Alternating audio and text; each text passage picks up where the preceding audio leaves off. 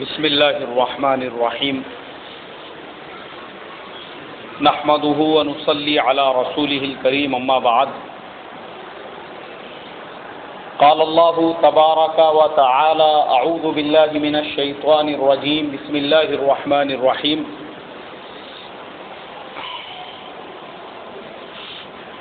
يا ايها الذين آمنوا كتب عليكم الصيام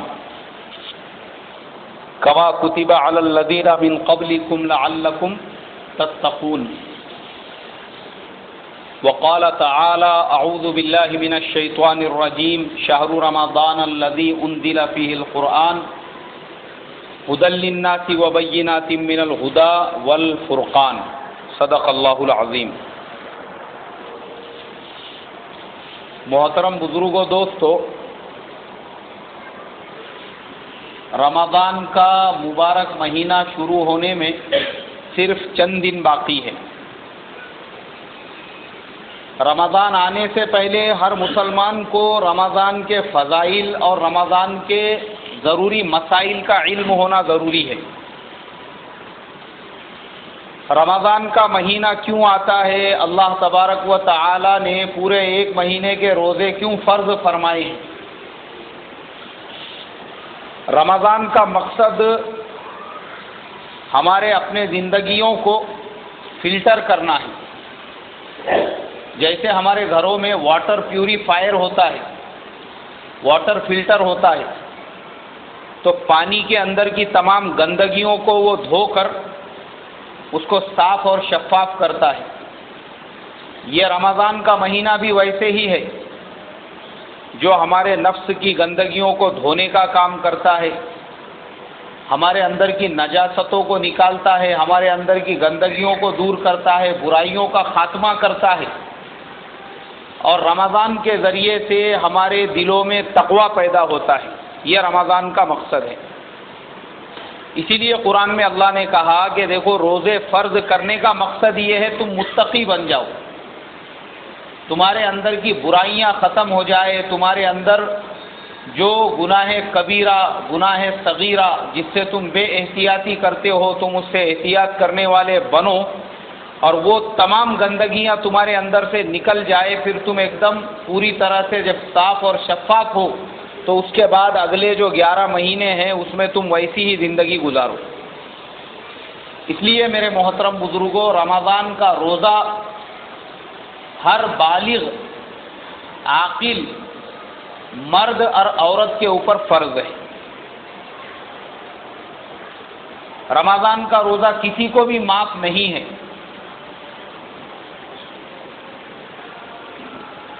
اور اگر کوئی جان بوجھ کر رمضان کا روزہ نہ رکھے تو شریعت نے ایسے آدمی کو گناہ کبیرہ کا مرتکب کہا ہے.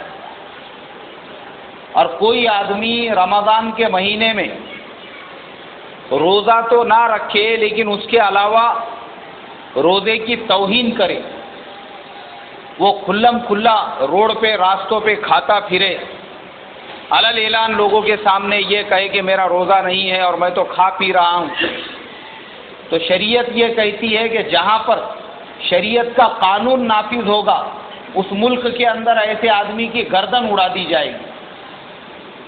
رمضان کا روزہ نہ رکھتے ہوئے اس کا مذاق اڑانے والے کو. اس سے ہم اندازہ لگا سکتے ہیں کہ رمضان کا روزہ کتنا اہم اور کتنا زیادہ ضروری ہے، اور بے شمار فضائل ہے اس کے، کہ اگر رمضان کا ایک روزہ بھی کسی کا چھوٹ جائے اور اس کے تلافی میں وہ پوری زندگی بھر بھی روزے رکھے تو وہ ایک روزہ جو اس کا چھوٹ گیا تھا وہ روزے کی برابری نہیں ہو سکتی. اس میں سے ہم اندازہ لگا سکتے ہیں کہ ایک روزے کا ثواب کتنا زیادہ ہے اور ایک روزے کی اہمیت کتنی زیادہ ہے. تو آدمی چاہے کسی بھی حال میں رہو، اس نے ہر حال میں روزہ رکھنے کی فکر اور ہر حال میں روزہ رکھنے کی کوشش کرنا چاہیے. ہاں، اگر کوئی آدمی بہت زیادہ بیمار ہے، آئی سی یو میں ہے، ہاسپٹل میں ایڈمیٹڈ ہے، اس کے لیے ڈاکٹر مقرر کرے گا. اگر ڈاکٹر یہ کہتا ہے کہ آپ کو روزہ رکھنے کی وجہ سے جان جانے کا خطرہ ہے، تو ایسا آدمی روزہ نہیں رکھے گا، لیکن رمضان کے بعد وہ اپنے چھوٹے ہوئے تمام روزوں کی کیا کرے گا بھائی؟ قضا ادا کرے گا۔ شریعت یہ کہتی ہے، لیکن معاف کیا گیا شریعت نے روزے کو؟ نہیں، معاف نہیں کیا۔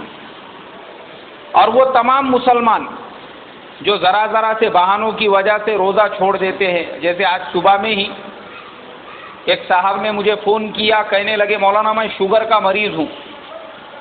میں نے کہا شوگر کا مریض ہونے کی وجہ سے شریعت تم کو روزہ چھوڑنے کی اجازت نہیں دیتی۔ شوگر کے اگر آپ پیشنٹ بھی ہے، اس کا میڈیسن لو، اس کو برابر ٹائم ٹو ٹائم استعمال کرو اور روزہ رکھو۔ شوگر کا اگر مریض ہے تو وہ بھی روزہ رکھ سکتا ہے آرام سے، اطمینان سے، کوئی حرج کی بات ہی نہیں ہے اس کے اندر۔ لیکن اگر بہت زیادہ مرض ہے پھر وہ ڈاکٹر مقرر کرے گا، اور وہ ڈاکٹر بھی کون ہونا چاہیے؟ مسلمان ڈاکٹر ہونا چاہیے، تو اس کی گواہی کو شہادت سمجھا جائے گا۔ اسی طریقے سے بعض لوگ سفر پہ جاتے ہیں، حتی الامکان انہوں نے کوشش کرنا چاہیے روزہ رکھنے کی، لیکن اس کی شریعت نے حدود مقرر کی ہے کہ کوئی آدمی اگر 48 میل سے زیادہ کا سفر کرتا ہے، جو کلومیٹر میں 77 کلومیٹر ہوتے ہیں، جیسے ہم 78 کلومیٹر پکڑ کے چل لو، اتنا اگر وہ آدمی سفر کرتا ہے اس کو شریعت کی نظر میں مسافر سمجھا جائے گا۔ اب شریعت نے اس کو اجازت دی ہے کہ وہ اپنا روزہ قضا کر سکتا ہے، لیکن شریعت نے اس کو بھی روزہ معاف نہیں کیا۔ مگر میرے محترم بزرگوں، ہمارے آج کے زمانے میں الحمدللہ پہلے زمانے کے جیسی تکلیف نہیں ہے، پریشانیاں نہیں ہیں، مصیبتیں نہیں ہیں۔ وہ زمانے میں لوگ ریگستانوں میں سفر کیا کرتے تھے، وہ زمانے میں لوگ گھوڑوں پہ اور اونٹوں پہ سفر کیا کرتے تھے، چلو ٹھیک ہے ان کے اعتبار سے۔ مگر آج اگر کوئی آدمی سہولت سے روزہ رکھ سکتا ہے تو اس نے رکھنا چاہیے سفر کی حالت میں بھی، کیونکہ لوگ بس میں اگر سفر کر رہے ہیں تو آج اے سی بسیں ہو چکی ہے، وولوو بسیں ہو چکی ہے، اے سی کاریں، اے سی گاڑیاں ہو چکی ہے، اے سی ٹرینیں ہو چکی ہے۔ نارمل اگر ٹرین ہے اس کے اندر بھی آپ سفر کر رہے ہیں تو اطمینان سے آرام سے آپ بیٹھے ہوئے ہیں، کوئی حرج نہیں ہے اگر آپ اطمینان کے ساتھ میں اس میں سفر کریں اور اس کے اندر آپ روزہ رکھے تو حتی الامکان کوشش کرنا چاہیے روزے کے رکھنے کی۔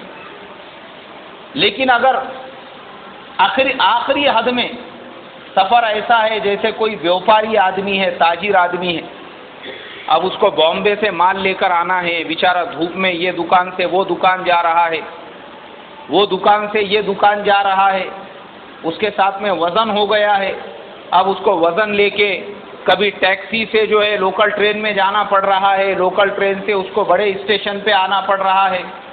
یہ اگر اس کے اوپر صعوبت والی حالت ہے تو پھر ایسا آدمی روزے کی قضا کرے، اور رمضان کے بعد میں پھر وہ جو روزہ چھوٹ چکا ہے وہ روزہ اس کو شریعت نے معاف نہیں کیا، اس کو رمضان بعد اس کی قضا ادا کرنا پڑے گی۔ تو شریعت یہ کہتی ہے کہ مسافر، لیکن وہ 48 میل یعنی ہمارے آج کے حساب سے 77 کلومیٹر ہوتا ہے، جسے ہم 48 کلومیٹر سمجھ کے چلے، اتنے کا وہ سفر کر رہا ہے اور 15 دن سے کم کا اس کا ارادہ ہے تو وہ مسافر سمجھا جائے گا، 15 دن سے زیادہ کا ہے تو پھر وہ مسافر نہیں سمجھا جائے گا۔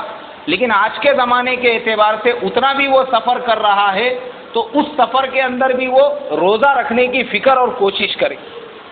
لیکن اگر جیسا میں نے بتایا ادھر سے ادھر بھاگنا ہے، یہ دکان سے وہ دکان، اور تکلیف کا اور دھوپ کا ڈر ہے، کوئی حرج نہیں ہے، شریعت نے آپ کو سہولت دی ہے، آپ کو اجازت دی ہے، آپ رمضان بعد میں اس کی قضا ادا کر سکتے ہیں۔ لیکن جان بوجھ کر روزہ چھوڑنے کی شریعت کسی کو بھی اجازت نہیں دیتی، جان بوجھ کر چھوڑے گا وہ سخت گنہگار ہوگا، حرام کا مرتکب ہوگا، اور شریعت یہ کہتی ہے کہ کھلم کھلا اگر کھاتا ہے روزہ چھوڑ کے تو اگر اس ملک کے اندر اسلامی قانون نافذ ہے ایسے آدمی کا سر قلم کر دیا جائے گا، کیونکہ اس نے اللہ کے شعائر کی توہین کی ہے، بے ادبی کی ہے، اس کی کھلم کھلا اس کا مذاق اڑا رہا ہے یہ۔ تو میرے محترم بزرگوں، چاہے ہم چھوٹے ہو بڑے ہو، ہر حال میں ہم روزہ رکھنے کی فکر کریں، کوشش کریں۔ دیکھو صحابہ اکرام کے زمانے میں صحابیات اپنے جو چھوٹے چھوٹے معصوم بچے ہوتے ہیں ان کو بھی کپاس کے کھلونے بنا کر جو ہے دیا کرتی تھی، اور کوشش یہ کیا کرتی تھی کہ وہ بچے افطار کے وقت تک ان سے کھیلا کریں۔ اتنا انہوں نے روزوں کا اہتمام کیا اپنے بچوں کے ساتھ میں۔ اور حضرت غوث پاک سیدنا عبد القادر جیلانی رحمۃ اللہ علیہ کے بارے میں بتا چکا ہوں، ان کی سیرت ایک جمعہ میں نے بیان کیا تھا، اس وقت میں شاید کسی کو ذہن میں ہوگا۔ وہ جب پیدا ہوئے تو انہوں نے اپنی ماں کا دودھ نہیں پیا، انہوں نے دودھ کو منہ نہیں لگایا۔ لوگ پریشان ہو گئے کہ بھائی یہ ایسا کیسا بچہ ہے جو اپنی ماں کا دودھ نہیں پی رہا ہے۔ لیکن جیسے ہی مغرب کی نماز اذان ہوئی ویسے ہی انہوں نے دودھ پینا شروع کر دیا۔ پتہ یہ چلا کہ وہ رمضان کا مہینہ تھا۔ کون سا مہینہ تھا بھائی؟ رمضان کا مہینہ تھا۔ ماں کے پیٹ سے پیدا ہونے کے بعد میں بھی رمضان کے مہینے کا اتنا ادب کیا، اتنا احترام کیا کہ مغرب کی اذان سے پہلے اپنی ماں کا دودھ پینا بھی گوارا نہیں کیا۔ سوچو وہ اتنے معصوم بچے ہو کر، اسی لیے اللہ تبارک و تعالی نے ان کو اولیاء کا سردار بنایا، ایسے ہی گھر بیٹھے بیٹھے نہیں بنایا۔ ان کے اندر رمضان کا اتنا ادب، اتنا احترام تھا، تب جا کے اولیاء کے سردار بنے۔ تو وہ اتنی چھوٹی عمر کے اندر جب رمضان کا اتنا ادب کر سکتے ہیں، احترام کر سکتے ہیں، ہم لوگوں کو کیا حرج ہے؟ ہم تو ماشاءاللہ بڑی عمر کے لوگ ہیں، چھوٹی چھوٹی چیزوں کی وجہ سے لوگ روزہ چھوڑ دیتے ہیں۔ کوئی گٹکے کی وجہ سے روزہ چھوڑ رہا ہے، کوئی تمباکو کی وجہ سے روزہ چھوڑ رہا ہے، کوئی پان کی وجہ سے روزہ چھوڑ رہا ہے، اور کوئی گرمی کی وجہ سے روزہ چھوڑ رہا ہے، اور کوئی پیسے کے مستی کی وجہ سے روزہ چھوڑ رہا ہے۔ ارے اپنے کو کیا ضرورت ہے بولے روزہ رکھنے کی؟ اپنے کو اللہ میں نے تھوڑی کوئی چیز کی کمی کرا، اپنے پاس میں گھر ہے، کھانا ہے، ساری چیزیں ہیں، پھر میں کائے کو روزہ رکھوں؟ تو یہ مستی والا روزہ چھوڑنا ہے، مستی کی وجہ سے روزہ چھوٹ رہا ہے۔ ایسے بھی روزے چھوڑنے والے، تمباکو کی وجہ سے روزہ چھوڑنے والے، گٹکے کی وجہ سے، پان کی وجہ سے، چائے کی وجہ سے، گرمی کی وجہ سے، عیش و آرام کی وجہ سے۔ اور وہاں پہ حضرت عبد القادر جیلانی رحمۃ اللہ علیہ ابھی پیدا ہوئے اور روزے کا اتنا ادب اور احترام کیا کہ ماں کا دودھ پینا بھی گوارا نہیں کیا افطار سے پہلے۔ اس لیے میرے محترم بزرگوں، چاہے ہم کسی بھی حالت میں رہیں، رمضان کا روزہ ہمارے اوپر فرض ہے، اس کا ادب، اس کا احترام اور اس کی پابندی ہر بالغ مسلمان مرد عورت کے اوپر ضروری ہے، اور ہر ایک میں اسے رکھنا چاہیے۔ اور ہمارے وہ بچے جو بڑی عمر کے ہیں، جو روزے رکھ سکتے ہیں، جیسے 10 سال 12 سال کے بچے ہیں، ایسے بچوں کو بھی ہم روزے کا اہتمام کرنے لگائیں، ویسے بچوں کو بھی روزے کا پابند بنائیں، تاکہ ہمارے یہ بچوں کو ابھی سے روزوں کی عادت ہوگی تو بڑے ہونے کے بعد میں پھر یہ بالغ ہونے کے بعد کسی بھی مہینے کا اور کسی بھی سال کا روزہ نہیں چھوڑیں گے، کریں گے انشاءاللہ اس کی فکر۔ اب میرے محترم بزرگوں، رمضان کے مہینے میں ہم کو کیا کرنا ہے، میں آپ کو وہ تمام اعمال مختصر انداز میں بتاتا ہوں۔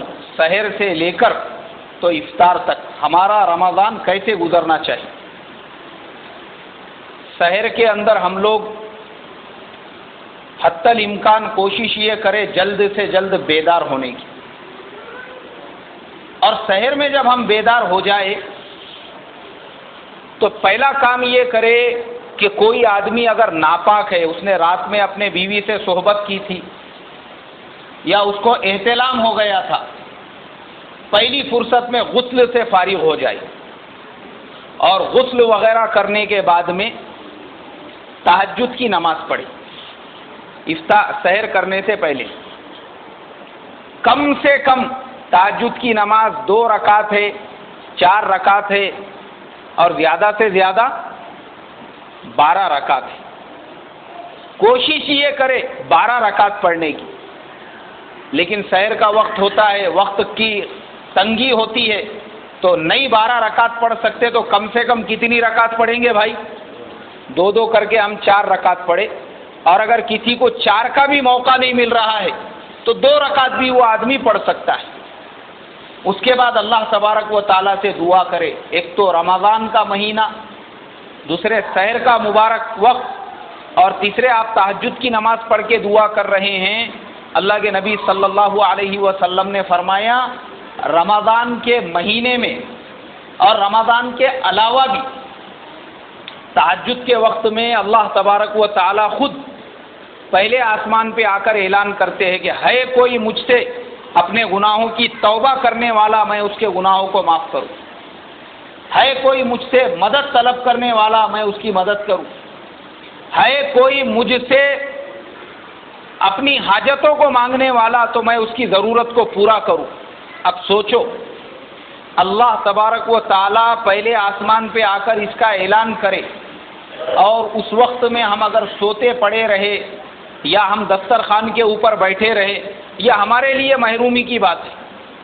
تو کم سے کم 2 رکعت تہجد کی نماز تو ہر آدمی نے پہلے پڑھ کے مختصر دعا کرے، اس کے بعد میں ہم سحر کے لیے دسترخوان پہ آ جائیں۔ اب میرے محترم بزرگوں، دوستو، آپ نے سحر کی، سحر کرنا اللہ کے پیارے نبی صلی اللہ علیہ وسلم کی سنت ہے، اور حضور نے فرمایا کہ سحری کھایا کرو، اس لیے کہ یہودی جو روزہ رکھتے ہیں وہ سحری نہیں کھاتے ہیں۔ مسلمان کے روزے میں اور یہودیوں کے روزے میں یہ فرق ہے کہ مسلمان کیا کھاتے ہیں بھائی؟ سحری کھاتے ہیں، اور یہودی اپنا روزہ رکھنے سے پہلے سحری کھاتے کیا؟ نہیں کھاتے۔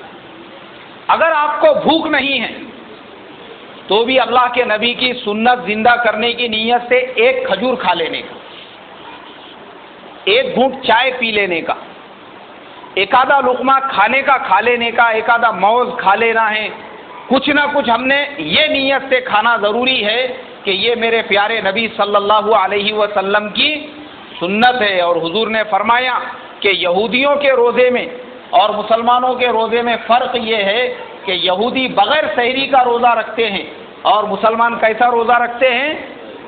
سحری کر کے روزہ رکھتے ہیں۔ اب میرے محترم بزرگوں، اگر تہجد کا وقت زیادہ ہے تو سحری کرنے کے بعد میں بھی آپ تہجد کی نماز پڑھ سکتے ہیں، کوئی حرج کی بات نہیں ہے۔ اور اگر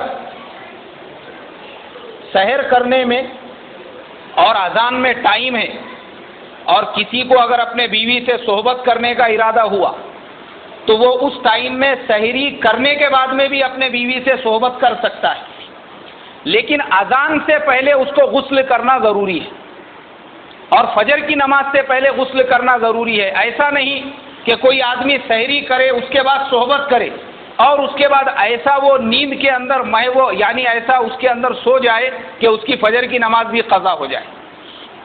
تو ہماری شریعت ایک دم آسان ہے، شریعت نے یہ کہا ہے کہ کوئی حرج کی بات نہیں ہے۔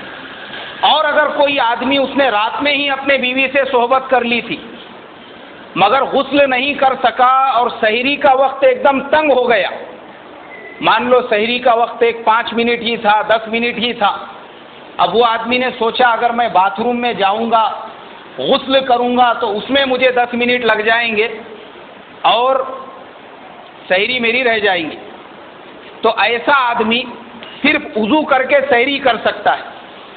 وہ آ کے پہلے سحری کر لے، اور سحر ختم کرنے کے بعد جب سحر کا وقت ہو جاوے اس کے بعد آرام سے اطمینان سے غسل کر لے اور پھر نماز کے لیے مسجد میں پہنچ جائے۔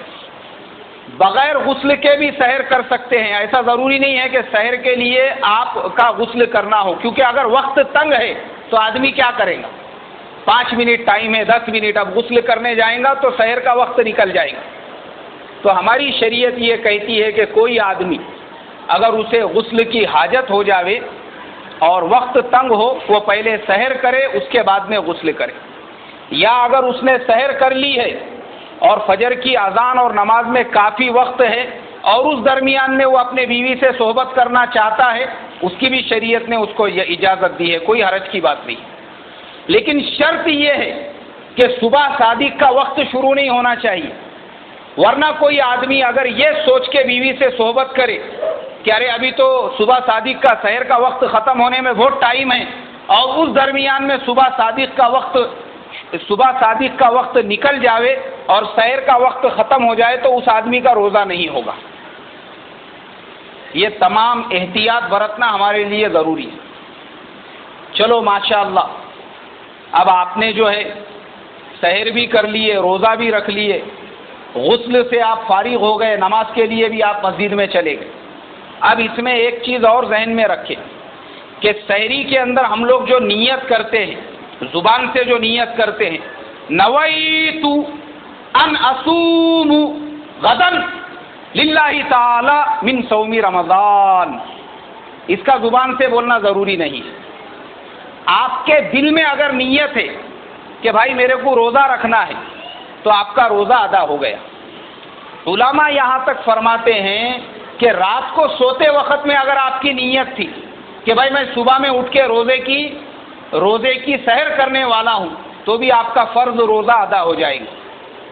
اور اگر آپ کو عربی میں نیت نہیں آتی ہے اور آپ نے زبان سے بول دیے کہ اے اللہ میں تیرے لیے روزہ رکھتا ہوں، تو بھی آپ کا نیت کرنا کیا ہے بھائی، روزے کے لیے کافی ہے۔ کیونکہ اللہ تبارک و تعالیٰ تو پرندوں کی بھی زبان جانتے ہیں، سمندر کے مچھلیوں کی بھی زبان جانتے ہیں، جانوروں کی بھی زبان جانتے ہیں۔ تو اگر آپ اردو میں نیت کریں گے تو مجھے بتاؤ اللہ جانیں گے یا نہیں جانیں گے؟ ارے بھائی اللہ کو پتہ چلے گا یا نہیں چلے گا؟ آرام سے چلے گا۔ تو عربی میں نیت کرنا کوئی ضروری نہیں ہے۔ سحر کرنے کے بعد میں، یا آپ نے نیت نہیں بھی کی ہے، کیونکہ آپ کا سحری میں اٹھنا یہی آپ کی نیت کرنا ہے۔ آپ سحری میں کائی کو اٹھے مجھے یہ بولو؟ ارے کائی کے لیے اٹھے بھائی؟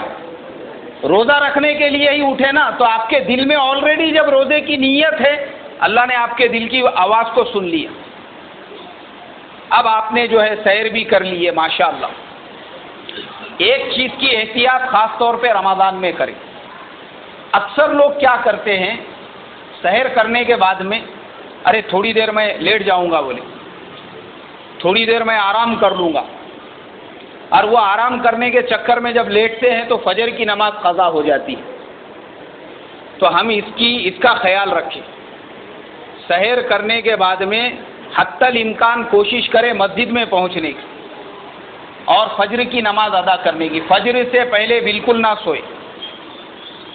اور مان لو اگر کوئی آدمی سو گیا اور نیند کی حالت میں اس کو احتلام ہو گیا، اس لیے کہ رمضان کے مہینے میں اکثر ایسا ہوتا ہے، انسان کا پیٹ خالی ہوتا ہے، سحر میں وہ نرم گرم چیزیں کھا لیتا ہے، اور اس کی وجہ سے اکثر یہ ہوتا ہے وہ سویا ہوا ہے اور ادھر فجر کی جماعت کا وقت ہو رہا ہے، اور اس کو اس حالت میں اگر غسل کی حاجت ہو گئی یا اس کو احتلام ہو گیا تو شریعت یہ کہتی ہے کہ اس کے روزے پہ اس سے کوئی اثر نہیں پڑے گا۔ وہ آدمی غسل کرے، اور غسل کر کے فوراً کہاں پہ پہنچے بھائی؟ مسجد میں نماز کے لیے پہنچے۔ اچھا ایسا ضروری نہیں ہے کہ آپ کو احتلام جو ہے وہ فجر کی نماز کے پہلے ہی ہوا ہو۔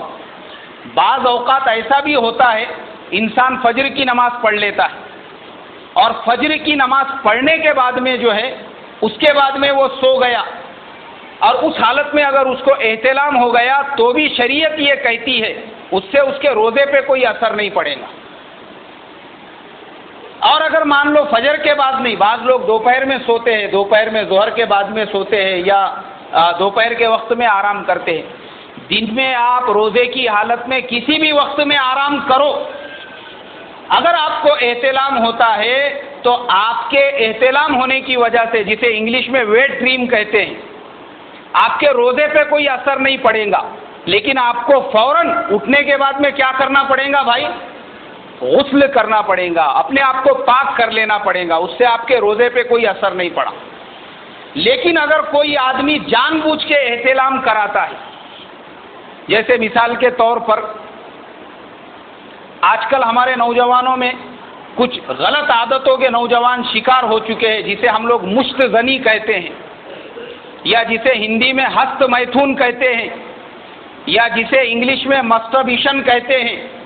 بہت سارے نوجوان آج کل یہ بیماریوں کا شکار ہیں۔ رمضان کے اندر روزے کی حالت میں اگر کوئی نوجوان اس کا ارتکاب کرتا ہے تو وہ 2 گناہوں کا مرتکب ہوگا۔ سب سے پہلے تو اس نے حرام کام کیا، ایک تو حرام کا گناہ، اور دوسرے وہ حرام رمضان کے مہینے میں کیا، ڈبل گنہگار، اور تیسرے اس کا روزہ بھی چلا جائے گا، اس روزے کی قضا اس کو ادا کرنا پڑیں گی، اور چوتھے اللہ کے نبی صلی اللہ علیہ وسلم نے فرمایا ایسا آدمی ملعون ہے، اس پہ اللہ کی، اس کے فرشتوں کی لعنت ہے جو اپنے ہاتھ سے اپنے منی کو نکالنے کا کام کرتا ہے۔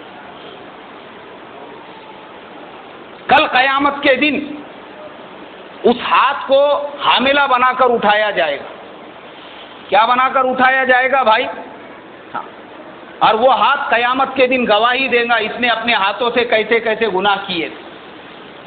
تو نیچرل اگر کسی کو غسل کی حاجت ہوتی ہے، شریعت کہتی ہے کوئی حرج نہیں ہے، اس سے روزے پہ کوئی فرق نہیں پڑے گا، لیکن جان بوجھ کے اگر کوئی کرتا ہے، یا مان لو کسی نے اپنے بیوی سے صحبت کر لی روزے کی حالت میں،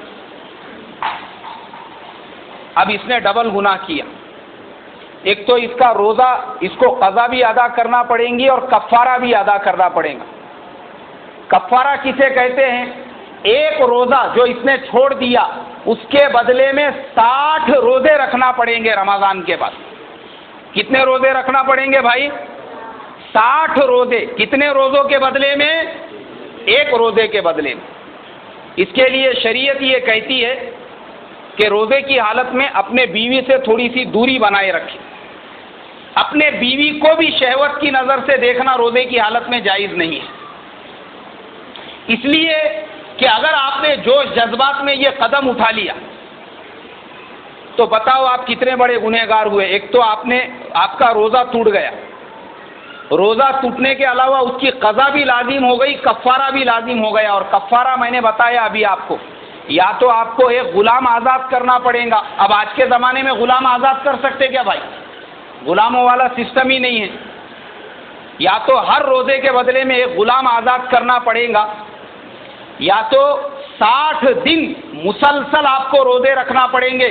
وہ 60 دنوں میں اگر آپ نے مان لو 50 دن روزے رکھے اور ایک دن آپ کا روزہ چھوٹ گیا، ختم، واپس سے 60 دن روزے رکھنا پڑیں گے۔ ایسا نہیں ہے کہ آپ نے 50 روزے رکھے اور ایک روزہ چھوٹا تو اب آپ 9 روزے رکھ لیں گے تو وہ آدھا ہو جائیں گے، نہیں، ایک روزہ بھی بیچ میں چھوٹ گیا واپس سے وہ 60 روزے ادا کرنا پڑیں گے، وہ ایک روزے کے کفارے کے اندر۔ تو اس لیے میرے محترم بزرگوں، دوستو، رمضان کے مہینے میں یہ تمام چیزوں سے ہم احتیاط برتیں۔ اب بہت سارے لوگ ہیں ایسے، ان کے ذہن میں یہ بات آ رہی ہوں گی کہ ارے یار ایسا کہیں رمضان میں ہوتا کیا، ارے یار ایسا کہیں رمضان میں ہوتا کیا، وہ ہم کو معلوم ہے ہوتا کیا نہیں ہوتا، کیونکہ ہمارے کو رمضان کے مہینے میں روزانہ کم سے کم 2 سے 4 فون ایسے آتے ہیں لوگوں کے مسئلہ پوچھنے کے واسطے۔ ارے مولانا میرے سے غلطی ہو گئی، فجر کی نماز کے بعد میں سو رہا تھا اور میرے سے جو ہے ایسا عمل صادر ہو گیا، اب میں کیا کروں؟ روزانہ، اور یہاں تک کہ ہندوستان سے نہیں، دوسرے بھی جگہ سے لوگ فون کرتے ہیں، کیونکہ یہ شریعت کا مسئلہ ہے، انسان ہے، وہ اپنے جذبات کو قابو میں نہیں کر سکا، مگر جو عمل اس سے صادر ہو گیا، شریعت یہ کہتی ہے کہ اس کا خود کا بھی روزہ نہیں ہوا، بیوی کا بھی روزہ ٹوٹ گیا، اور دونوں کے اوپر بھی روزے کی قضا اور کفارہ لازم ہو گیا، اور کفارہ اتنا سخت ہے۔ تو اس کے لیے محترم بزرگوں، رمضان کا مہینہ شروع ہونے سے پہلے میں آپ کو بتا رہا ہوں، یہ تمام احتیاطیں ہم کریں رمضان کے مہینے میں۔ اور بہت سارے لوگ مسائل پوچھتے ہیں، میں آج وہ ضروری مسائل آپ کو بتانا چاہتا ہوں، اور ان میں سے ایک مسئلہ یہ ہے جو ہر آدمی اپنے گھر میں اپنی ماں بہنوں کو بھی بتا سکتا ہے، یا گھر کی ماں بہنوں کے ساتھ میں وہ مسئلہ پیش آئے تو آپ کو ضرورت نہیں پڑے گی ہم کو فون کر کے پوچھنے کی، آپ کو بھی مسئلے معلوم ہونا چاہیے، جو موٹے موٹے مسئلے، خاص طور پہ ہماری ماں بہنوں کے ماہواری کا مسئلہ ہوتا ہے رمضان کے مہینے میں۔ اکثر لوگ فون کرتے ہیں کہ مولانا ماہواری کی حالت میں ہماری ماں بہنیں کیا کریں گی؟ اب ماہواری شروع ہو گئی روزے کی حالت میں، ہماری بہن نے صبح میں سحری کی، اور فجر کے وقت میں ماہواری شروع ہو گئی، اب وہ بہن کیا کرے گی؟ اب ایک بہن نے دن بھر روزہ رکھا اور افطار کرنے سے آدھا گھنٹہ پہلے اگر اس کے پیریڈ شروع ہو گئے تو وہ بہن کیا کرے گی؟ میرے محترم بزرگوں، دوستو، قرآن پاک کے احکام ایک دم صریح اور صاف صاف ہے، اور ایک انسان کے لیے نہیں، قیامت تک آنے والے انسانیت کے لیے۔ اگر کسی ماں بہن کو روزے کی حالت میں اس کے پیریڈ یا ماہواری شروع ہوتی ہے، جیسے ہی وہ شروع ہوں گے ویسے ہی اس کا روزہ ختم ہو جائے گا، چاہے اس نے ابھی ابھی سحر کیا ہوا ہو یا چاہے اس کو افطار کرنے کے لیے 15 منٹ کا وقت بچا ہوا ہو۔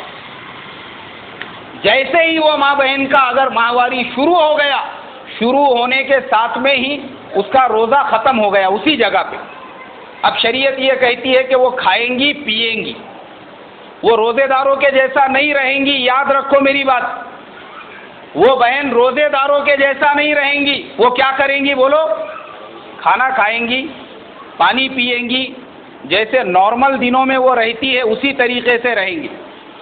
کیوں نارمل دنوں کی طرح سے رہیں گی؟ اس لیے کہ یہ جو روزے اس کے چھوٹ رہے ہیں، یہ روزوں کی اس کو بعد میں قضا ادا کرنا ہے، یہ معاف نہیں ہے اس کے لیے۔ ہماری ماں بہنوں کو ماہواری کی حالت میں نماز معاف ہے۔ نماز کیا ہے بھائی؟ معاف ہے۔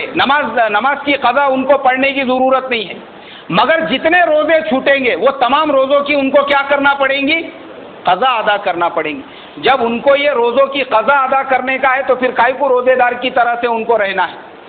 شریعت یہ کہتی ہے وہ ماں بہن کھائیں گی پیئیں گی، نارمل جیسے رہتی ہے اس طریقے سے رہیں گی، لیکن جیسے ہی وہ ماں بہن کی ماہواری ختم ہو گئی، اسٹاپ ہو گئی، اب اس کے بعد کا جو وقت رہے گا دن کا، وہ روزے داروں کے جیسا گزاریں گے۔ جیسے مثال کے طور پر کسی بہن کا اگر پیریڈ عصر کے وقت میں ختم ہو گیا، اب اس کے لیے مغرب تک کا وقت ہے، وہ روزے داروں کی طرح سے رہیں گے، یا دوپہر میں ہو گیا یا صبح میں ہو گیا یا ظہر کے وقت میں ہو گیا، تو اب بچا ہوا جتنا وقت ہے اس کو روزے داروں کے جیسا گزارنا ہے، اور اس کے بعد میں وہ بہن غسل وغیرہ کر لیں گی اور کرنے کے بعد میں اپنی نمازیں ادا کریں گی۔ تیسری چیز، مان لو کسی بہن کا جو پیریڈ ہے وہ رات میں رک گیا، رات میں ختم ہو گیا، مثال کے طور پہ رات میں 12 بجے 1 بجے 2 بجے، فوراً وہ بہن غسل کریں گی اور سحری کی تیاری کریں گی، اس لیے کہ اب آنے والا جو دن ہے وہ دن کا روزہ اس کو کیا کرنا پڑے گا بھائی؟ رکھنا پڑے گا، وہ روزہ اس کے لیے معاف نہیں ہوگا۔ تو یہ مسائل میں نے آپ کو اس لیے بتایا ہوں کیونکہ پرسنل اگر کوئی آدمی فون کر کے پوچھے اس کو شرم محسوس ہوتی ہے۔ تمام لوگوں کو اگر یہ مسائل عمومی طور پہ بتا دیے جائے تو ہر آدمی وہ اپنے بیوی کو یہ مسائل بتا سکتا ہے، اپنے گھر میں بتا سکتا ہے، اور بیوی کو بتانے کے بعد وہ بیوی اور دوسری 4 عورتوں کو یہ مسائل بتا سکتی ہے۔ تو مسئلے مستورات میں اگر یہ مسائل پھیلیں گے اور ان کو پتہ چلیں گا تو اس میں شرم و حیا بھی ان کی باقی رہے گی۔ اور ایسا اگر کسی کو پوچھنا ہے وہ بیچارہ بھائی پہلے تو 10 مرتبہ سوچتا ہے شرم اور حیا کی وجہ سے کہ بھائی میں مسئلہ پوچھوں کیا مت پوچھوں بول کے، لیکن یہ تمام مسائل جب ہمارے قرآن میں موجود ہے، جب حدیثوں کے اندر ہے، تو پھر ہم کو کیوں نہیں معلوم ہے؟ بولو، ہم کو معلوم ہونا ضروری ہے کہ نہیں ہے بھائی؟ ہر مسلمان کو معلوم ہونا ضروری ہے۔ اب اس کے بعد میرے محترم بزرگوں دوستو، آپ کا دن شروع ہو گیا، اور جیسے میں نے بتایا اگر دن میں غسل کی حاجت ہو گئی تو آپ کسی بھی وقت میں غسل کر سکتے، اس سے آپ کے روزے پہ فرق پڑے گا؟ نہیں پڑے گا۔ بہت ساری چیزیں ایسی ہیں اس سے آپ کے روزے پہ کوئی اثر نہیں پڑتا ہے، جیسے مثال کے طور پہ مسواک کرنا ہے، آپ نے مسواک کیا، کوئی ضرورت نہیں ہے، آپ کے روزے پہ کوئی اثر نہیں پڑا، آپ ہر نماز کے لیے مسواک کرو، لیکن آپ پیسٹ کے ساتھ میں برش نہیں کر سکتے روزے کی حالت میں، ایسا کرنا مکروہ ہے۔ کیوں مکروہ ہے؟ اس لیے کہ وہ جو پیسٹ ہوتا ہے اس کا ٹیسٹ ہماری زبان پہ آتا ہے۔ ارے پیسٹ کا جو ٹیسٹ ہوتا ہے وہ فیل محسوس ہوتا ہے یا نہیں ہوتا آدمی کو؟ اب روزے کی حالت میں وہ جب محسوس ہوگا تو پھر ہمارا روزہ مکروہ ہو جائے گا۔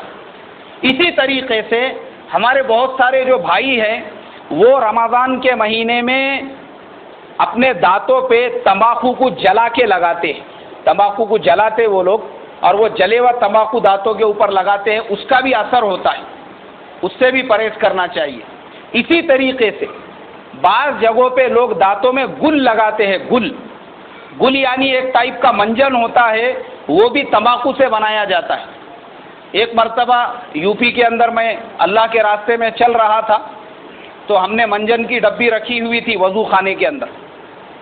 اب وہ فجر کی نماز کے لیے اٹھے تو بجائے وہ منجن کی ڈبی لینے کے میں نے وہ گل کی ڈبی لے لیا، اور وہ نکال کے جب میں نے ملا اپنے دانت گھسا اس سے میں نے، تو میں اس دن کی فجر کی نماز نہیں پڑھ سکا۔ اس کی وجہ یہ ہے کہ وہ اتنا خطرناک اور اتنا اثردار ہوتا ہے کہ عام آدمی جس کو اس سے دانت گھسنے کی عادت نہیں ہے، اگر وہ گھس لے تو اس کو کم سے کم 2-3 گھنٹے کنٹینیو ایسے خطرناک چکر آتے ہیں کہ وہ جگہ پہ کھڑے نہیں رہ سکتا ہے۔ تو اس کے لیے علماء نے لکھا ہوا ہے کہ روزے کی حالت میں آپ گل سے بھی اپنے دانت نہیں گھس سکتے، کیونکہ ایک تو آپ کو اس سے نشہ آ رہا ہے، آپ کو اس کا اثر محسوس ہو رہا ہے، اس کا اثر آپ کے مسوڑوں پہ محسوس ہوتا ہے، اس کا اثر آپ کے زبان پہ محسوس ہوتا ہے، تو اس سے بھی ہم نے احتیاط برتنا چاہیے۔ اسی طریقے سے میرے محترم بزرگوں، اگر کسی آدمی کو قدرتی طور پہ قے آ جائے روزے کی حالت میں، وہ نہیں چاہتا تھا مگر اس کو الٹی ہو گئی، اس سے بھی روزے پہ کوئی اثر نہیں پڑتا ہے، آپ کے روزے پہ کوئی اثر نہیں ہوگا۔ آپ کا روزہ جس طریقے سے باقی تھا، آپ کا روزہ اسی طریقے سے باقی رہے گا۔ تو یہ تمام چیزیں ہم لوگ رمضان آنے سے پہلے یہ تمام جو بیسک باتیں ہیں ان کو معلوم کریں، اور اس کے بعد میرے محترم بزرگوں، جب افطار کا وقت قریب آ جائے، اللہ کے نبی صلی اللہ علیہ وسلم نے فرمایا کہ رمضان کا مہینہ یہ غم گساری کا مہینہ ہے، اپنے پڑوسیوں کے ساتھ، اپنے رشتہ داروں کے ساتھ، اپنے آزو بازو والوں کے ساتھ، اس کے اندر ہم اپنے اڑوس پڑوس والوں کے ساتھ میں پیار کا معاملہ کریں، محبت کا معاملہ کریں، اپنے گھر پہ زیادہ سے زیادہ پکائے، تاکہ ہمارا پکایا ہوا ہمارے اڑوس پڑوس کے 40 مکانوں تک پہنچنا چاہیے۔ یہ اللہ کے نبی کی سنت ہے۔ ورنہ میرے محترم بزرگوں، آج کے زمانے میں خود غرضی اور مفاد پرستی اتنی زیادہ بڑھ چکی ہے کہ مان لو ایک آدمی 25 نمبر گلی میں رہتا ہے اور اس کا ساڑو غلام علی نگر میں رہتا ہے، تو وہ یہاں سے ڈبہ بھر کے بیٹے کو موٹر سائیکل پہ بٹھا کے وہاں بھیجیں گا، جا بیٹے ذرا افطار میں 10 منٹ ہے، جلدی لے جا کے دے دے بولے ان کو، نہیں تو دیر ہو جائیں گی۔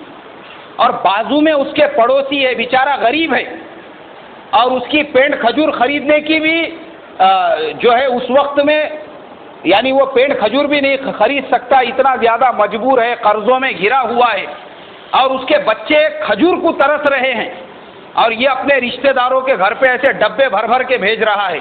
ایک ڈبہ غلام علی نگر میں جا رہا ہے، ایک ڈبہ چنتا منی نگر میں جا رہا ہے، ایک ڈبہ ہڑپسر میں جا رہا ہے۔ ارے جا تیرے خالہ کے گھر کو کونڈوا کو جلدی لے جا کے دے بولے، عصر کے پہلے ہی پورا پکا کے ہم پورے پونے کو بانٹ رہے ہیں، اور نہیں دے رہے ہیں تو کس کو نہیں دے رہے ہیں بھائی؟ کس کو نہیں دے رہے ہیں؟ اپنے پڑوسی کو نہیں دے رہے ہیں، تو کہاں سے ہمارا روزہ مقبول ہوگا؟ کہاں سے ہماری افطاری مقبول ہوں گی؟ ارے اللہ کے نبی نے فرمایا کہ اپنے دسترخوان کو رمضان میں تھوڑا وسیع کرو۔ کیسا کریں گے بھائی؟ وسیع کرو، وسیع مطلب تھوڑا چوڑا کرو اپنے دسترخوان کو، جہاں ہم اپنے رشتہ داروں کے لیے، اپنے برادری والوں کے لیے، دوست احباب کے لیے 10 چیزیں لا رہے ہیں، کیا حرج ہے ہمارا اگر ہم نے اڑوس پڑوس والوں کے وہاں پہ بھی کچھ تقسیم کر دیا تو اپنے دل کو وسیع کرے۔ دیکھو میں آپ کو بتاتا ہوں، اگر آپ اپنے دل کو بڑا کریں گے، خدا کی قسم اللہ اپنے خزانوں کے منہ آپ کے لیے بڑے کرے گا، آپ کے لیے بڑے کرے گا۔ آپ اپنا دل تھوڑا بڑا کر کے دیکھو، اڑوس پڑوس والوں میں ناراضگی وغیرہ ہوتے رہتی، کبھی گاڑی کھڑے کرنے پہ سے جھگڑے ہو جاتے، کبھی کچرا ڈالنے پہ سے جھگڑے ہو جاتے، کبھی بچے کو ہگنے کو بٹھانے پہ سے جھگڑے ہو جاتے، کبھی کچھ نہ کچھ مسائل لے کے، پوری دنیا میں ہے یہ، اڑوس پڑوس والوں میں تیری میری چلتے رہتی۔ رمضان کے مہینے میں وہ پورا جو دل کے اندر کے گندگی کا جو پوٹلا ہے اس کو نکال کے باہر پھینکے، اپنے دل کو آئینے کی طرح سے صاف رکھے، شفاف رکھے۔ دیکھو یہ اعمال جو ہے یہ میرے تمہارے کام آئیں گے۔ کس کے کام آئیں گے بھائی؟ یہ اعمال کام آنے والے۔ ہمارے پاس گارنٹی ہے کیا اگلے سال کا رمضان ہم کو ملے گا؟ ہے کسی کے پاس ہے گارنٹی ہے؟ ابھی دیکھو کل ہم لوگ ایک نماز جنازہ میں گئے تھے مرکز کے اندر، برہان سر بول کے، وہ بہت بڑے ہمارے شہر کے ذمہ دار تھے، بہت سارے ہمارے ساتھی ان کو جانتے پہچانتے ہوں گے. ان کو وہ اپنے ساتھ میں کیا لے کر گئے، انہوں نے اپنی پوری زندگی مرکز کے خدمت میں لگا دی. ان کو کوئی ضرورت نہیں تھی، ماشاءاللہ ان کے بچے جو ہے وہ باہر ملکوں کے اندر کام کرتے ہیں، بڑا ان کا مکان ہے، میں کئی مرتبہ جا چکا ہوں. غریب آدمی نہیں، کروڑ پتی آدمی تھے. اس کے باوجود وہ پورا وقت مرکز میں رہ کے جماعتوں کی ترتیب بنانا، نام لکھنا، یہ کرنا وہ کرنا. اس کے علاوہ میں اس بات کا گواہ ہوں کہ کئی یتیم بچے ایسے جو مدرسوں میں پڑھتے تھے، وہ بیچارے ہر مہینے کو ان کا خرچہ دیا کرتے تھے. کئی یتیم بچوں کو انہوں نے حافظ بنائے، عالم بنائے. وہ دنیا سے چلے گئے، دیکھو ابھی رمضان ملا ان کو، ایک ہفتہ پہلے دنیا سے چلے گئے، مگر اپنے ساتھ میں کیا لے کر گئے؟ لوگوں کی دعائیں لے کر گئے، اپنے ساتھ میں ویسے اعمال لے کر گئے. کل میں نے ان کی نماز جنازہ میں دیکھا، شہر کے سارے علماء، سارے مفتی، بڑے بڑے اللہ والے، بڑے بڑے بزرگان دین ان کے نماز جنازہ میں کھڑے ہوئے اور ان کی مغفرت کے لیے دعا کر رہے ہیں. مجھے بتاؤ، ایسا آدمی جس کی مغفرت کے لیے ایسے لوگ دعا کرے، بتاؤ اللہ تعالیٰ اس کی مغفرت کریں گے یا نہیں کریں گے؟ تو کیا لے کے جانے کا اپنے کو؟ دل تھوڑا بڑا کرو، کریں گے انشاءاللہ. اللہ مجھے آپ کو عمل کی توفیق عطا فرمائے. جن کی سنتیں باقی ہے وہ پڑھ لے بھائی.